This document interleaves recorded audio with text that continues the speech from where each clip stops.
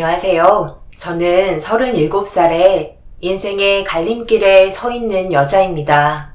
어떤 선택을 하냐에 따라 제 삶이 완전히 바뀌는 시점이기 때문에 신중한 선택을 해야 하는 상황에서 여러분들의 도움이 간절하게 필요해요. 제가 옳은 판단을 할 수 있게 꼭 도와주시길 부탁드리겠습니다. 그동안 겪었던 일들을 생각하면 지금도 손이 떨리고 마음이 진정되지 않을 만큼 그날의 기억은 아직까지도 저를 괴롭히고 있어요. 지금으로부터 2년 전 저는 사랑하는 사람을 만나 결혼까지 약속을 했었고 처음으로 시댁에 들어가 시부모님께 인사를 드렸습니다. 그때 처음 보게 된 시모의 인상과 눈빛은 차갑고 소름이 돋을 정도로 가식으로 가득 차 있었어요. 그 사람에겐 한없이 따뜻한 얼굴이었지만 저를 바라보는 시선은 그렇지 않았죠. 이런 집안과 결혼을 한다는 건 제 인생이 암흑으로 빠지는 지름길인 걸 알고 있었습니다. 하지만 원하는 걸 얻으려면 부딪혀야만 했고 호랑이 굴에 발을 들였네요. 모두가 거실에 둘러앉아 알 수 없는 공기가 흐르고 있을 때 예상한 대로 시모가 먼저 저에게 질문을 던지셨어요. 내 아들이랑 알고 지낸 지 얼마 되지도 않았는데 벌써 결혼 생각을 가지고 있는 거예요? 요즘 젊은이들 워낙 성격이 급해서 눈에 불꽃만 튀기면 생각 없이 행동해서 사람 골치 아프게 하는 경향이 있더라고요. 지영 씨는 그런 저급한 여자들과는 좀 달라 보이는데 내가 본 눈이 확실한 거 맞죠? 그리고 어색한 건 딱 질색이니 말 좀 편하게 하면 좋을 것 같은데 괜찮죠? 그나저나 부모님께서 해외에 계신다고 하시던데 그럼 지영 씨도 해외에서 살다가 국내로 들어와 내 아들과 알게 된 건가? 네, 잠시 귀국했을 때 자주 가는 바에서 술 한잔하고 있는데 만났어요. 그러다 서로 대화 코드도 잘 맞고 통하는 부분들이 있어서 몇 번 더 만나게 되었는데 범수 씨가 적극적인 모습을 보여줘서 좋은 관계를 유지할 수 있었어요. 그래서 결혼 생각까지 가지게 된 거고요. 사람이 서로 좋아서 만나다 보면 결혼할 수도 있는 거니 당연한 거잖아요? 오늘은 좋은 소식 가지고 집으로 돌아갔으면 좋겠어요. 제가 사람을 상대하는 직업이라 어느 정도 대화만 해보면 그 사람의 성격을 거의 다 파악할 수 있거든요. 어머님께선 제가 봤을 때 상당히 직설적이시고 담아두시는 성격은 아니신 것 같은데 제가 잘 본 게 맞나요? 오늘 이 자리가 어려운 만큼 조심스러워야 될 부분들도 있긴 하겠지만 저도 속에 담아두는 성격은 아니라서 뭐든지 가리지 않고 말하는 편이에요. 확실히 외국물을 많이 먹어서 그런지는 몰라도 언어적인 표현이 상당히 자유스럽네. 사람 보는 눈도 정확하고 내가 워낙 숨기고 사는 성격은 아니라서 마음속에 담아두면 병이 생기거든. 그래서 바로바로 궁금하거나 마음에 안 드는 점을 얘기하는 편인데 지영 씨는 성격이 워낙 개방적이라 털어놓고 대화할 수 있을 만큼 어렵진 않을 것 같아서 단도직입적으로 얘기할게. 지영 씨 집안이 꽤 부유한 편이라고 범수한테 들었거든. 그래서 사실인지 답해줬으면 좋겠는데. 네, 아빠가 사업을 꽤 크게 하셔서 저희 집안이 못 사는 형편은 아니죠. 그렇다고 부유하다고 말씀드리기는 참 어렵네요. 사람마다 부의 기준이 다르잖아요. 저희는 얼마가 됐든 원하는 걸 얻는데 필요한 돈을 고민하지 않고 지불하는 정도까지는 되는 것 같아요. 이 정도면 어느 정도 답변이 됐을까요? 범수 씨랑 결혼하게 되면 아빠가 하시는 일 도와드리게 하고 싶어요. 그럼 범수가 얘기했던 게 거짓은 아니었다는 거네. 내가 처음 현관문을 열어줬을 때 확실히 잘 사는 집안이라는 걸 느낄 수는 있었거든. 그런데 내가 이번 결혼에 대해 상당히 고민하고 있는 문제가 한 가지 있는데, 이건 또 어떻게 해결해 줄 건가? 모든 걸 다 가진 지영 씨가 왜 하필 이런 흠이 있는지 참 안타깝단 말이야. 지금 애가 있다며? 4살이라고 했던 것 같은데 내가 들은 게 맞는 거야? 네, 맞아요. 저는 지금 4살 된 아들 하나 있어요. 범수 씨 만나기 전에 한 번의 결혼을 실패한 과거 이력이 남아있네요. 제일 큰 오점을 가지고 있는 거네. 돈 많아도 다 필요 없는 게 자식 문제거든. 그래서 지용 씨한테 애가 있는데 내 아들 범수와 결혼하겠다는 말을 들었을 때 얼마나 충격을 받았는지 알아? 한참 동안 고민을 했었다고. 둘의 결혼을 허락해주는데 우리 집안이 손해 안 보고 서로 웃으면서 조율할 수 있는 방법이 뭐가 있을지 곰곰이 생각해보니까 내 머릿속에 떠오르는 건 딱 한 가지밖에 없더라고. 지영씨 집안이 가지고 있는 재력, 그걸 우리한테 어느 정도 성의 표시를 해줬으면 좋겠어. 그래야 둘의 결혼에 불만 가지지 않고 축복해줄 수 있을 것 같은데. 괜찮지? 부담 줄 정도의 금액은 아니야. 적당하게 10억 정도면 애 달린 지영씨라도 받아줄 수 있을 것 같은데. 어때? 결혼 지참금으로 선 넘은 조건은 아니지? 시모는 저에게 10억을 가져오면 애 딸려도 받아준다고 확실하게 선을 그었습니다. 어느 정도 예상은 하고 있었지만 이렇게 빨리 시모의 입에서 돈 얘기가 나올지는 몰랐었네요. 그리고 저를 바라보고 계신 시선은 제 입술을 향해 있었어요. 시모의 욕구를 채워드릴 수 있는 한마디가 제 입에서 서둘러 나오길 애타게 기다리고 계셨습니다. 원하시는 대로만 말씀드린다면 결혼은 문제없이 진행될 수 있다는 걸 알 수 있었기 때문에 저를 뚫어지게 쳐다보시던 시모를 바라보며 10억을 준비하겠다고 시모의 조건을 받아들였어요.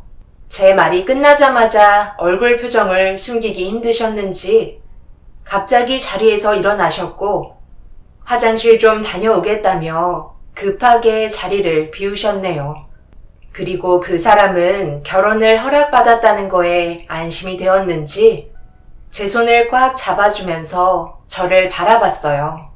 몇 분 뒤 화장실에서 나온 시모는 최대한 서둘러 결혼 진행을 원하셨고 해외에 계신 저희 부모님을 서둘러 만나고 싶어 하셨습니다. 하지만 워낙 바쁘신 분들이셔서 시간을 빼는데 많은 어려움이 있으셨어요. 저는 당연히 그동안 부모님과 함께 살아오면서 많은 것들을 봐왔었기 때문에 당장 10억이라는 돈을 마련해 줄 수 있었지만 저를 바라보는 시선에서 느껴진 건 호구 하나 제대로 잡았다는 표정을 보이셨어요. 아직 시모의 손에 10억이 쥐어지지도 않았는데 벌써부터 기뻐 날뛰시는 모습이 참 한심했어요. 저는 당연히 10억을 드릴 생각조차 없었고 시모가 원하는 방향대로 흘러갈 생각도 없었어요. 그렇게 분위기 좋게 시부모님과의 첫 만남을 마무리한 뒤 저는 다시 비행기를 타고 본국으로 돌아왔습니다. 부모님께선 제가 내린 결정을 언제나 존중해 주시지만 10억이라는 말을 꺼낸 순간부터 분위기는 안 좋아졌어요. 10억이 누구 애 이름도 아니고 어떻게 그런 큰 돈을 아무렇지도 않게 조건을 달 수가 있는 거야? 그 집안은 잘 사니? 형편이 좋지 않으니까 이번 기회에 꽤 많은 것들을 보상받고 싶어 하겠죠. 그 사람 어머님이 확실하게 돈에 대한 욕망이 강해 보이셨어요. 제가 정신 나간 사람도 아니고 그 집안에 10억을 넘겨주겠어요? 그렇게까지 하지 않아도 돼요. 그래도 원하는 조건을 들어주지 않는다면 분명 난리를 치실 것 같은데 혹시 모르니까 통장에 10억 만들어줄 테니 가지고는 있거라. 사람 일 아무도 모르는 거야. 돌발 상황에 대처할 수 있는 준비는 어느 정도 해놔야 안심이 되지. 너무 걱정하지 마세요. 그 집안에 뜻대로 움직일 바엔 차라리 다른 남자 만나면 되는 거예요. 어려운 거 없어요. 대충 어떤 식으로 상황이 돌아가는지 알 것 같다만 그렇다고 그 집안의 감정을 너무 건들지는 말거라. 나중에 지영이 너한테까지 상처로 되돌아올지도 몰라. 그런 모습 보고 싶지도 않고 엄마 말대로 10억은 가지고 있대. 지혜롭게 처신하거라. 부모님께선 전적으로 제 의견을 들어주시려 했지만 저는 시모가 원하는 방향대로 움직일 생각이 애초부터 없었기 때문에 앞으로 어떤 식으로 처리하면 좋을지 많은 생각에 빠져 있었어요. 그런데 시댁에 인사드린 지 며칠이 지나자 목마른 사람이 우물을 판다고 세상 따뜻한 목소리로 저희 부모님과 언제 상견례를 할 수 있을지 물어보셨고 또 다른 조건을 내미셨습니다. 상견례 날짜를 서둘러 잡으면 좋을 것 같은데 언제 시간이 괜찮다고 하시니? 한국으로 들어오시는 게 힘드실 것 같으면 우리가 찾아뵙겠다고 말 좀 전해주렴. 장소야 상황에 맞게 만들면 되니까 전혀 걱정할 필요 없다. 그리고 내가 갑자기 전화한 건 다른 부탁을 좀 들어줘야 할 것 같아 연락한 건데 혹시 10억 미리 당겨받을 수 있을까? 어차피 내 아들이랑 결혼할 건데 그때 받나 지금 받나 달라질 건 없잖아. 요즘 투자할 곳이 얼마나 많던지 돈이 모자라서 침 흘리며 구경만 하고 있다니까. 그러니까 지금 전화하신 목적이 10억 때문이셨던 거예요? 사람 앞일 어떻게 될지 아무도 모르는데 결혼도 아닌 상견례조차 하지 않았는데 갑자기 10억이라뇨. 아무리 급하셔도 그렇지 아직 해결된 거 하나도 없는 상황에서 무작정 10억을 요구하시는 건 무리가 좀 있어 보여요. 얼마나 급하신진 모르겠지만 그래도 이건 아닌 것 같아요. 죄송합니다. 뭐라고? 그러니까 지금 10억을 당장 해주지 못하겠다는 거야? 너 어차피 내 아들이랑 결혼할 건데 도대체 뭐가 문제야? 시애미가 자존심 내려놓고 부탁하는 건데 이렇게까지 안 좋은 분위기 만들어 나갈 거니? 꼭 이래야만 되는 거야? 시모는 제가 계속해서 강하게 부인하자 결국 화가 치밀어 오르셨는지 저에게 목소리를 높이셨어요. 하지만 그런 시모의 모습을 보면서 저는 더 침착하게 행동할 수 있었습니다. 저런 집안에 며느리로 들어간다는 건 불행의 길을 걷는 거기 때문에 차라리 이 결혼 안 하는 게 좋을 것 같다며 먼저 선수를 치니 시모는 당황해하며 당장 눈앞에 10억을 손에 쥘 수 없을지도 모른다는 불안감에 최대한 침착하게 저에게 접근하기 시작하셨어요. 저를 이용하려는 시모의 속셈을 더 이상 듣고만 있을 수 없어 무작정 전화를 끊어버렸습니다. 그리고 이 모습을 뒤에서 지켜보고 계신 부모님께서 걱정을 많이 하셨어요. 지영아, 괜히 너만 더 큰 상처를 받게 될까봐 엄마가 걱정이 많다. 이쯤에서 그만하는 게 좋지 않겠니? 언제까지 이럴 거니? 조만간 상견례 날짜 잡을 거예요. 엄마 아빠는 참석만 해주세요. 나머지는 제가 다 알아서 할게요. 잠깐 시간 내주실 수 있으시죠? 시간이야 만들면 되니까. 그건 너무 걱정하지 않아도 된다.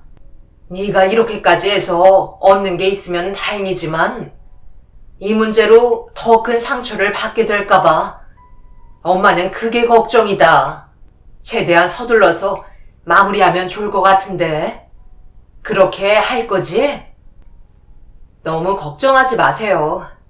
저도 오랜 시간 붙잡지 않을 거예요. 그럼 도와주시는 걸로 알고 있을게요. 엄마는 제가 시댁 식구들 때문에 큰 상처를 받게 될까봐 걱정을 많이 하셨어요.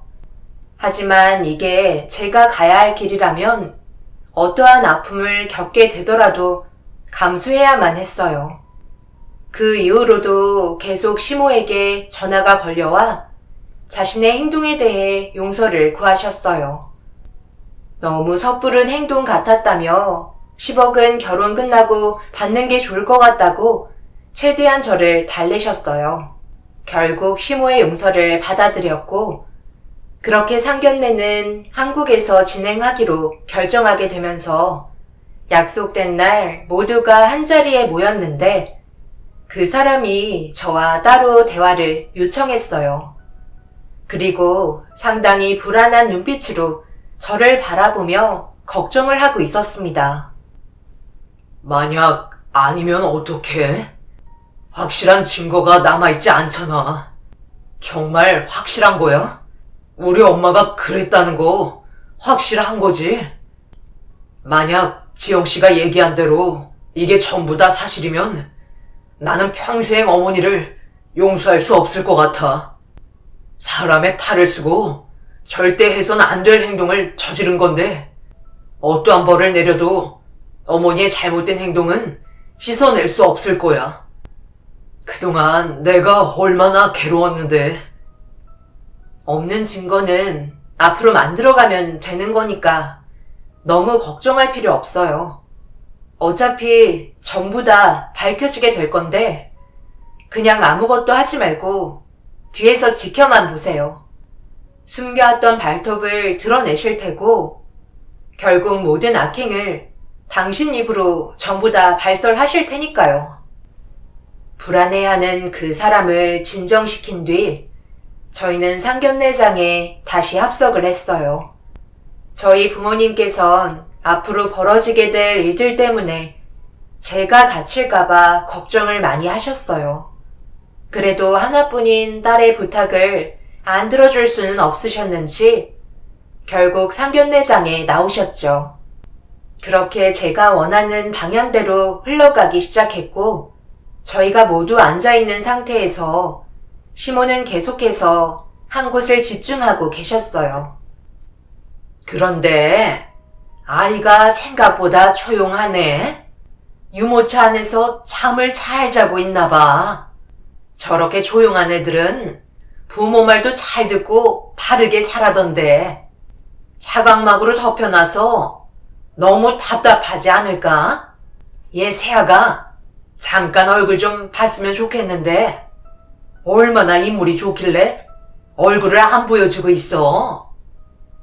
분위기 좋은 상견례 불편하실까봐 차각막으로 가리고 있었죠.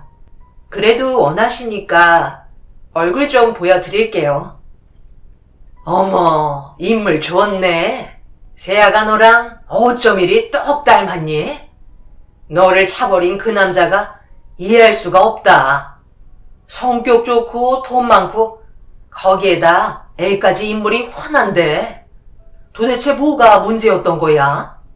나한테 말 못한 무언가가 있는 건 아니지? 당연히 그런 건 없죠. 그리고 제가 언제 결혼식을 했었다는 말을 한 적이 있던가요? 저는 애가 있다고만 했지 결혼했다는 말은 한 적이 없어요. 이 아이는 제 아이가 아니에요. 고아원에서 데려온 아이죠. 어떻게 데려오게 된 줄 아세요? 어머님께서 이 사실을 아시게 되면 눈물을 흘리실지도 몰라요. 이 아이의 인생이 너무 딱하거든요. 고아원 원장님께서 그때의 상황을 설명해 주셨는데요.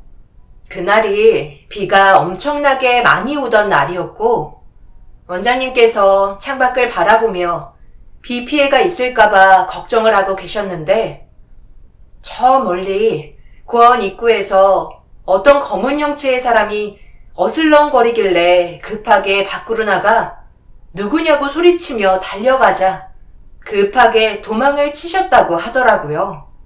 그리고 고아원 입구에는 세상에 막 태어난 갓난아이가 자지러지게 울고 있었대요. 누군진 몰라도 세상에 태어난 아이를 버리고 도망칠 정도면 정말 그 사람은 쓰레기가 아닐까요? 그래서 이런 딱한 사정 때문에 제가 걷어들인 거예요. 누군가는 이 아이를 버렸는데도 두 발 뻗고 잘 지내고 있겠지만 저는 이 아이를 보고 그냥 지나칠 수가 없었어요. 뭐라고? 정말 그런 일이 있었던 거야? 내가 괜한 얘기를 꺼냈나 보다. 이제 그만 봐도 되니까 차각막 그만 닫아주면 좋겠네. 그런데 하나 더 중요한 사실을 알게 된 건 그 아이가 버려질 때 제 언니도 세상을 떠났다는 거예요. 저도 그렇고 언니도 똑같이 고아원 출신이었는데 서로 다른 가정에 입양이 되었었거든요.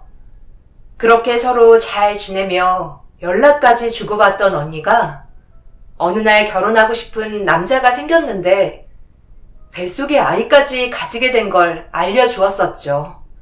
그래서 결혼까지 약속을 받았다며 밝은 목소리로 좋아하던 언니가 출산을 하고 몸도 가누기 힘든 상태에서 갑자기 교통사고로 세상을 떠났다는 소식을 언니의 장례가 전부 끝이 나고 경찰에게 들을 수 있었어요.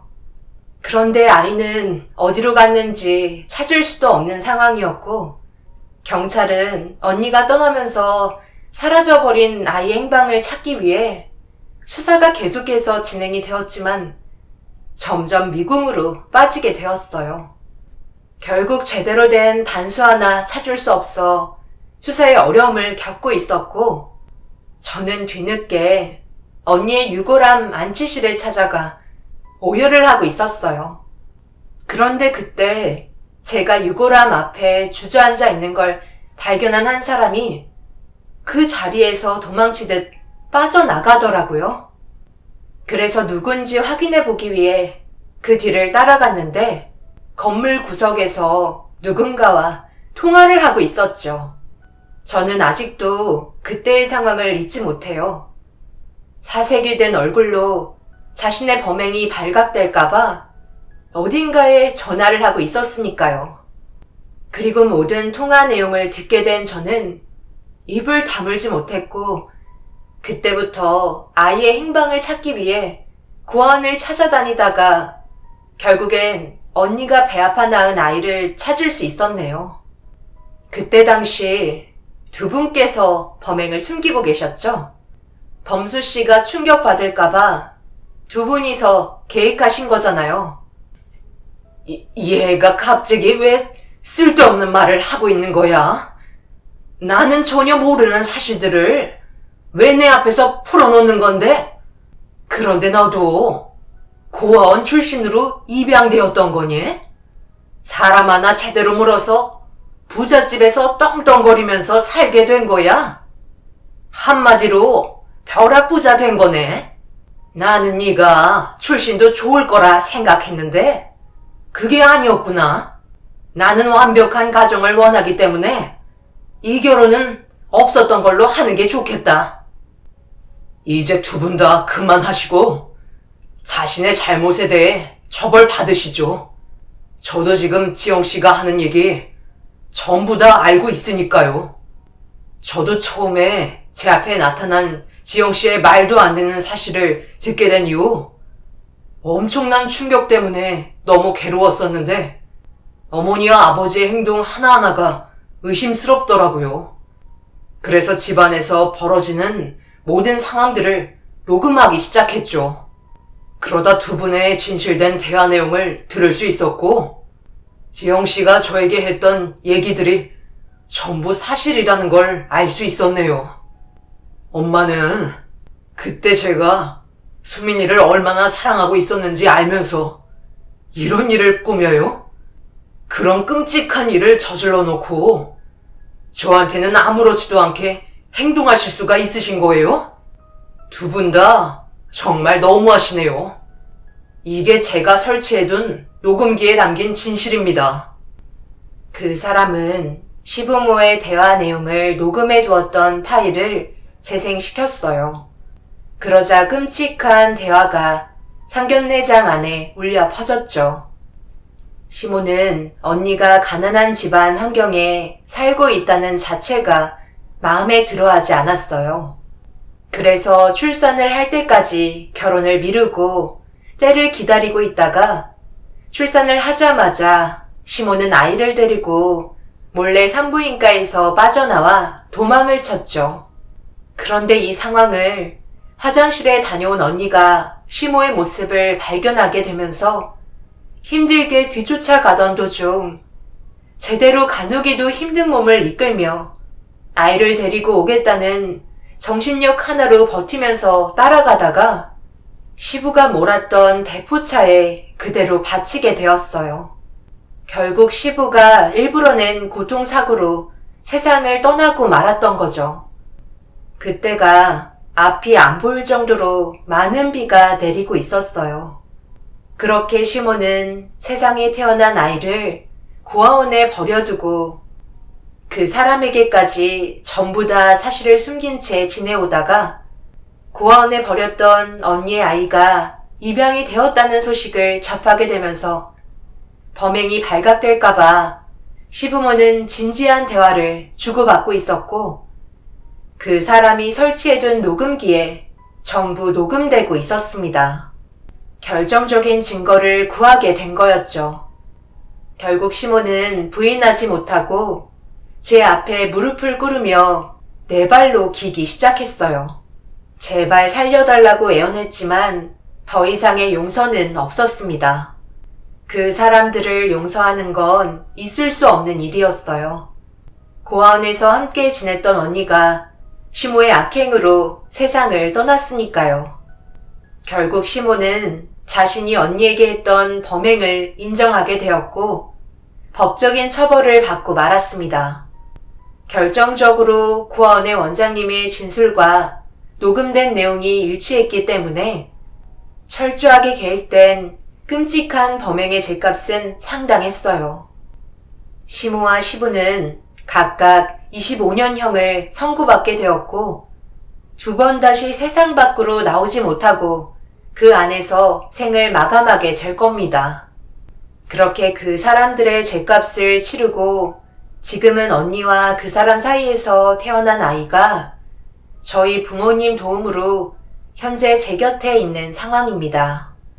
그 사람이 아이를 데려가겠다고 했지만 혼자서 언니의 아이를 키울 수 있는 여건이 되지 않아 어떻게 하면 좋을지 걱정을 하고 있어요. 지금의 상황만 잘 마무리 지으면 될 것 같은데 여러분들께서 어떤 식으로 해결하면 좋을지 의견을 들어보고 싶습니다. 저희 부모님께선 그 사람이 원하는 대로 해주는 게 좋을 것 같다고 말씀하셨어요.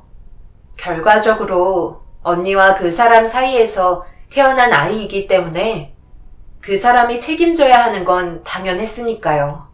하지만 그 사람이 혼자서 언니의 아이를 잘 키울 수 있을지 그것 또한 걱정입니다. 일단 법적으로는 저희 부모님 밑으로 아이가 입양되어 있는 상태이지만 그건 언제든 제자리로 잡을 수 있어 큰 문제는 되지 않아요. 하지만 이 아이의 인생이 꽃길만 펼쳐졌으면 하는데 저희 손에 벗어나면 그렇지 못하게 될까봐 그게 계속 마음에 걸리네요. 여러분들의 의견이 저희 가족에게 많은 도움이 될 거예요. 그러니 아낌없는 댓글 부탁드리겠습니다. 제 사연 들어주신 분들 언제나 가정에 행복만 가득하시길 바라며 제 글을 마치겠습니다. 감사합니다.